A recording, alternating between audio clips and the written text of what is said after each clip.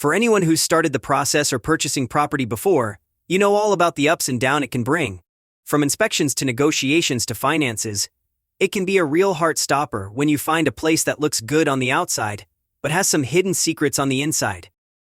So, when John Sims heard that there were rumors that there might be something secret hidden in the backyard of his new home, he instantly started to look into it.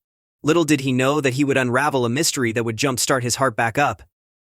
Keep on reading to journey with John Sims about unraveling the truth about his home's hidden secret.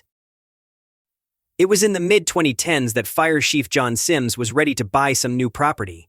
As an Arizona native, he knew he wanted to purchase a place in his sweet hometown of Tucson, Arizona. Fortunately, he got some luck with the property hunt in 2015 and was able to find the place through a friend who guaranteed that the house had been upkept well by the previous owners. And while it seemed that there weren't any issues with the previous owners, there was, in fact, one little detail about the past of the property itself. Part of the disclosed information included the location of where this mystery lay hidden. Apparently, there wasn't something inside the house, but possibly something beneath the house that seemed to have some sort of significance. But if John Sims' friends hadn't dug up whatever it was that was underneath the ground, then how important could it have been? Then again, Tucson is in the midst of the beautiful, arid desert of Arizona, so it seems like it could be anything at that point. Right? So what and where exactly was this supposed mystery? Well, it turns out his friend found out that there was something beneath the ground, located somewhere in the backyard. Just because the previous owners weren't interested in discovering what their house had hidden, though, didn't mean that Sims had to feel the same. He truly couldn't set this underlying curiosity aside once he became the new homeowner. However, it wouldn't be until about half a year later that he would actually get a chance to dive in and discover. Tucson, Arizona isn't exactly known for its cool, shaded climate, and come the months of April to November, the temperatures can get really high. However, the unbearable heat truly hits come summertime. And of course, at the time that Fire Chief John Sims was getting ready to finally do some digging, the day was scorching up to extreme desert temperatures. Reaching into the triple-digit degrees, John wasn't necessarily fazed by this. After all, he was a fire chief for the fire department. If he knew how to handle anything, it was the heat. Heat wasn't the only thing that Fire Chief John Sims knew how to handle.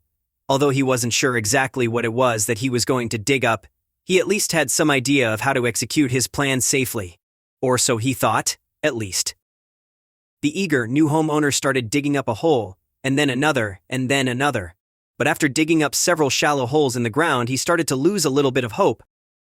Nothing was for certain about what was in his backyard, or if there even was anything there to begin with.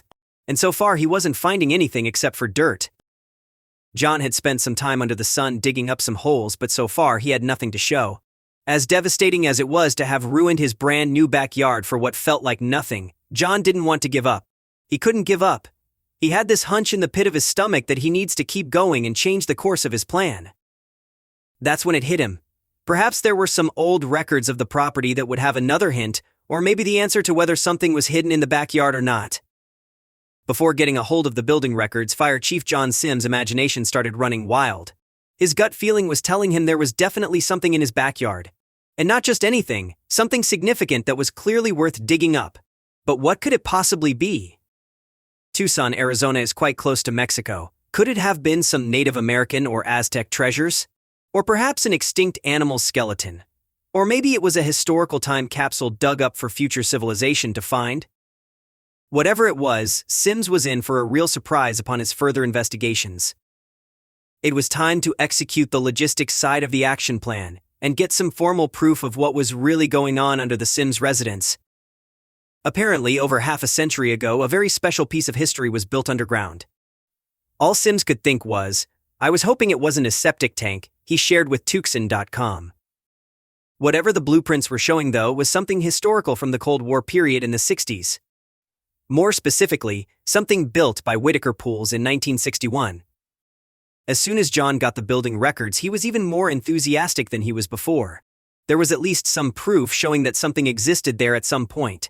John shared with Tucson.com, "The first thing I did is ask if my friend had a shovel." And while the blueprints had suggested that it actually might be a bunker shelter, Sims was nervous that it was actually a septic tank for sewage and waste. Yuck.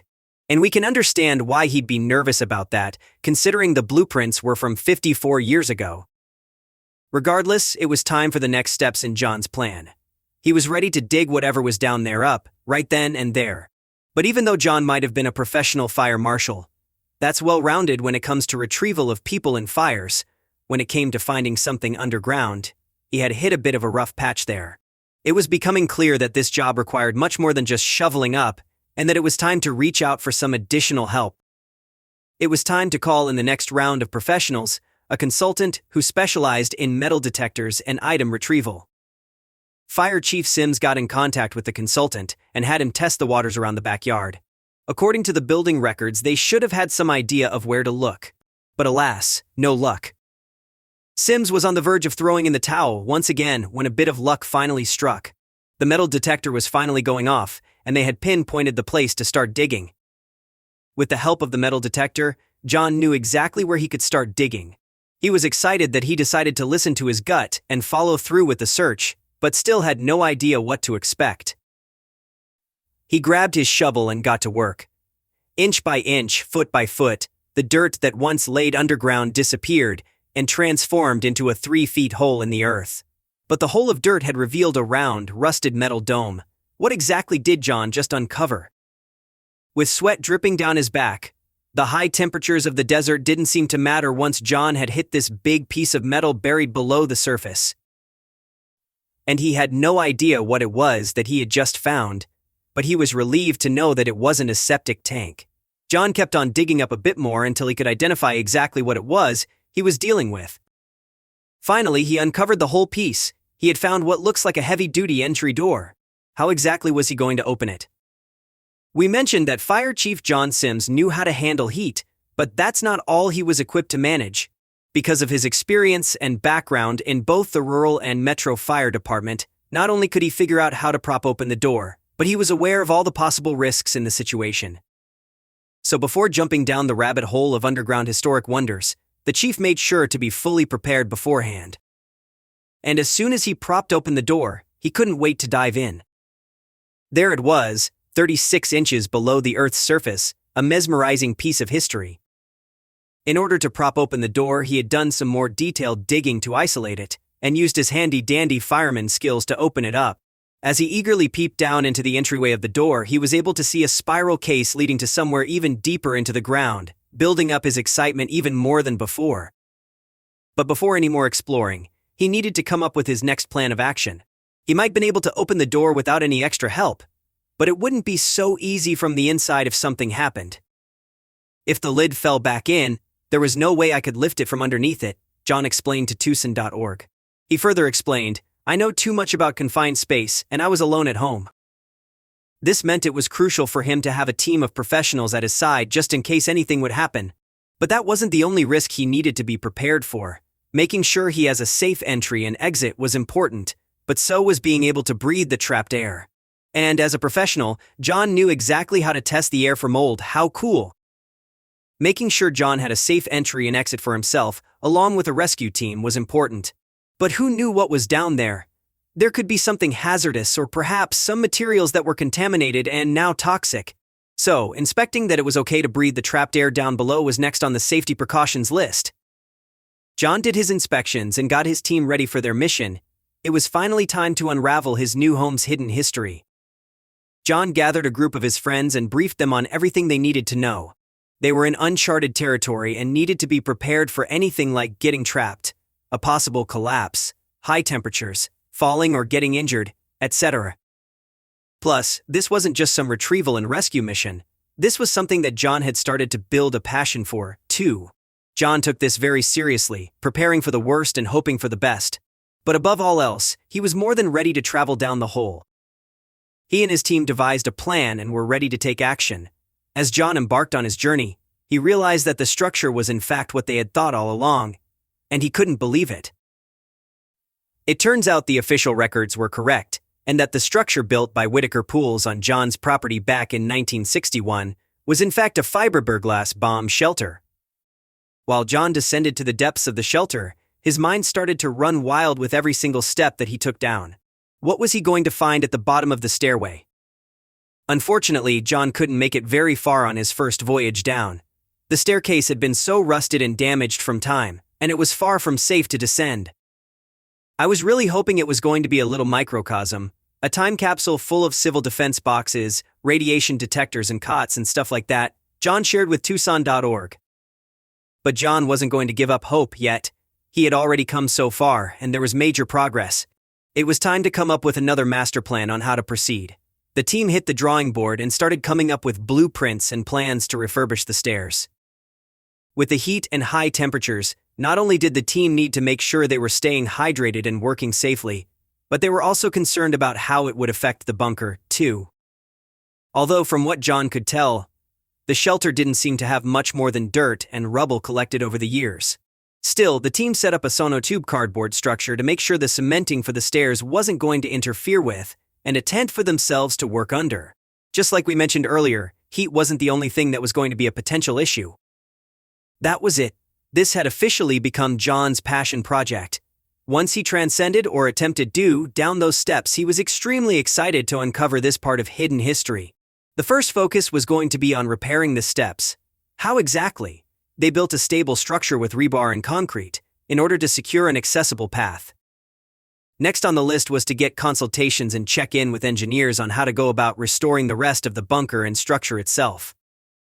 But his curiosity for what was down below was still aching, and as patient as he knew he needed to be, John still couldn't wait until he could actually get down there himself and check it out. The team had gotten the heat situation handled as best as they could, one thing down, another couple to go. For now, the stairs didn't seem like the best option for an entryway, so for the time being they would use a ladder. However, since John was equipped to test the condition of the air, the team knew it was necessary to create a source of fresh air. In order to do this, they installed a special black pipe to funnel clean and fresh air. And last but not least, while using flashlights might be a fun touch, the team took a more practical approach to brighten up the cavern. They worked together and installed a power line to source electricity and lighting. What a brilliant team, right? And now, it was time for the fun part. At first, John was nervous he would find a septic tank, then realized it was a bunker shelter, and was now ready to go down and explore what it actually would look like. John shared his initial thoughts with news channel Gun 9. I kind of thought it might have been a real cheap job, like a storm drain just thrown into the yard with a little bit of the steps or something. However, once he actually went down, he was absolutely stunned by what he had just found. Overwhelmed with curiosity and excitement, John turned to the wonders of the internet for his next steps. He posted asking if anybody else had found a fallout bunker shelter in their backyards as well. And surprisingly enough, many people actually responded to him. It turns out that having them in the 60s was actually quite common, what with the situation during the Cold War.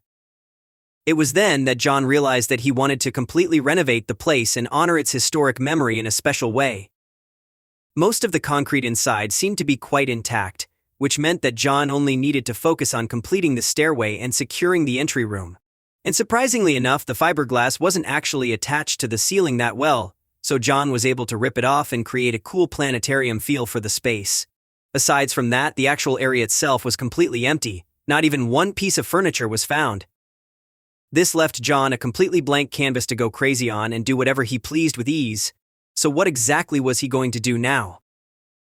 John spent the better half of 2016 working on the construction of the shelter. Whether it was cleaning it out, refurbishing the walls and ceiling, or collecting some items for decoration ideas. He even kept the social media ball rolling and started to keep people up to date on his milestones and achievements, including starting a GoFundMe page to help with the renovation costs along with involving the community in the project. After all, it was a piece of Tucson history. As he started to gain more and more attention for his grand, historical find, people were wondering what exactly he was envisioning for this space. As far as what John's vision for the fallout shelter goes, he's still unsure. He's had friends and members of the community suggest all sorts of ideas. If you have any ideas for what you would do with the space, we're sure John would love to hear about it. But what has the community so far suggested to him? John shared with news channel Gun 9 that a lot of people said I should turn it into a wine cellar or a cigar bar. And while he seemed excited about those suggestions, there is actually one other thing he does have in mind that might be a cool idea. Let's face it, How would it be to have an actual man cave hidden 3 feet underground? I thought it would be cool to host some poker games down here. I think it would be a unique buy-in, John revealed in his interview with Gun 9. And while he's still debating on what he actually wants to turn this historical Cold War remnant, he knows for sure that he wants part of it to be some sort of museum or exhibit to display, educate, and commemorate what life was like back then. Vintage pieces are something that will always be cherished, and John is one of those people who truly value history. He has claimed that he definitely wants part of the shelter to include some form of a museum. Over time, he has been acquiring all sorts of how-to-survives from the 60s, emergency supplies from the Cold War era, and all sorts of other Civil War artifacts. Whatever John chooses to do, it's heartwarming to see how someone can get so inspired by keeping the history of our country from over half a century ago alive. Good luck, Fire Chief. It's exciting for anybody to be purchasing a house. And it's even more relieving when you've purchased from someone that you already know and trust. Fire Chief John Sims couldn't wait to start his new life in his new home. Yet, the little potential possibility of what was hidden in his house was going to drive Fire Chief Sims' curiosity crazy. With that said, Sims knew he needed to be patient until the property was under his full ownership before doing anything.